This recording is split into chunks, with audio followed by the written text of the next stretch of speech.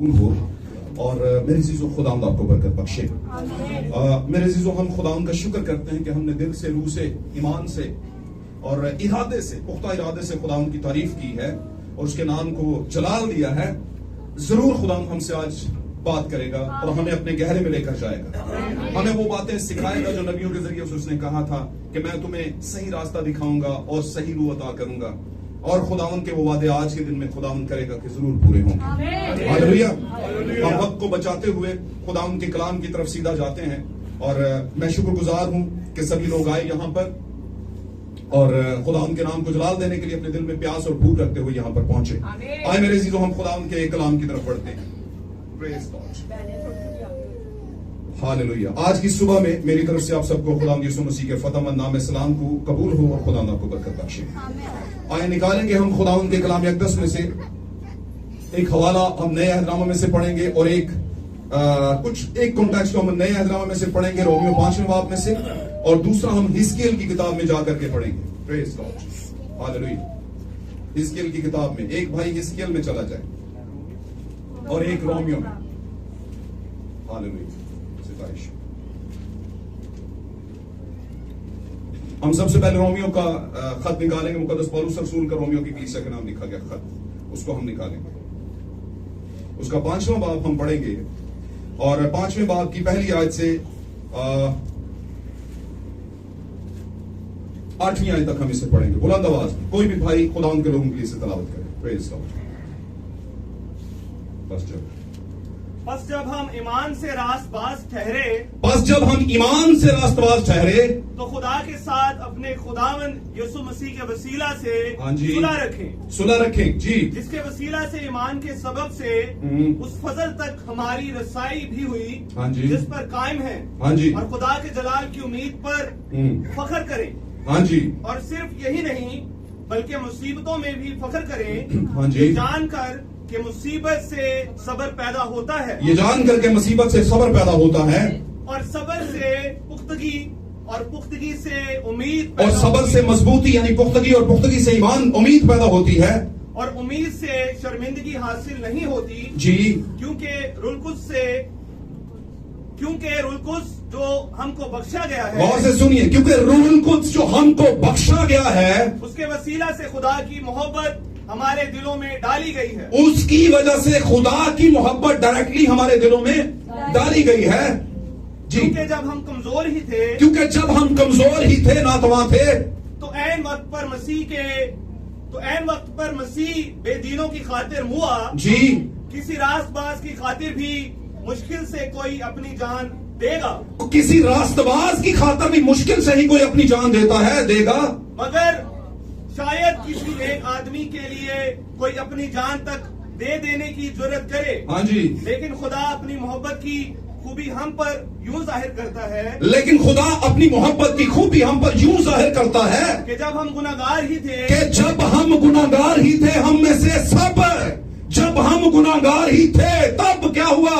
تو مسیح ہماری خاطر ہوا. تو مسیح تھا جو ہماری خاطر ہوا گناہگاروں کے لیے جی. بس جب ہم اس کے خون کے باعث راست باز ٹھہرے, اب اس کے خون کے باعث ہم راست باز ہیں جی, ٹھہرے ہیں جی. اس کے وسیلہ سے غضب اعلیٰ سے ضرور ہی بچیں گے. تو اس کے وسیلہ سے غضب الہی سے ضرور ہی بچیں. غضب الہی خدا کا غضب سے ضرور ہی بچیں گے. پڑھیے. کیونکہ جب باوجود دشمن ہونے کے خدا سے اس کے بیٹے کی موت کے وسیلہ سے ہمارا میل ہو گیا جی, تو میل ہونے کے بعد تو ہم اس کی زندگی کے سبب سے ضرور ہی بچیں گے. میل ہونے کے باعث, خدا کے بیٹے سے میل ہونے کے باعث اس کی زندگی کی وجہ سے جو خدا میں زندگی تھی ہم ضرور ہی بچیں گے. خدا کی کلام کا پڑھا جانا سنا جانا بھائی سے برکت ہو. ایک اور حوالہ ہم لیتے ہیں جلدی سے, نکالیں گے میرے ساتھ. ہاللویا. پریز گاڈ. خدا ان کے نام کو جلال دیں. ہاللویا. حزقیل 11 باب پرانے عہد نامے میں, حزقیل کی کتاب 11واں باب اور اس کی 19ویں آیت سے ہم پڑھیں گے جی. 19ویں آیت سے. اور میں ان کو نیا دل دوں گا, اور میں ان کو نیا دل دوں گا, اور نئی روح تمہارے باطن میں ڈالوں گا, اور نئی روح تمہارے باطن میں ڈالوں گا, اور سنگین دل ان کے جسم سے خارج کر دوں گا, اور سنگین دل ان کے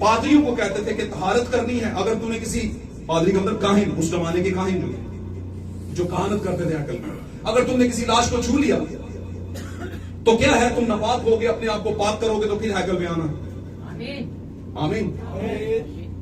اور اسی طرح چلتے چلتے آگے چل کے شریعت کے مطابق بروں کو ذبح کرنا ہے گناہوں کی قربانی کے لیے، اور بہت سی اور چیزیں تھیں جو چھوٹی چیزیں تھیں. جیسے بتایا گیا کہ تو اس میں بیل کے منہ کو نہیں باندھنا، یہ بھی شریعت میں قائم ہوا تھا.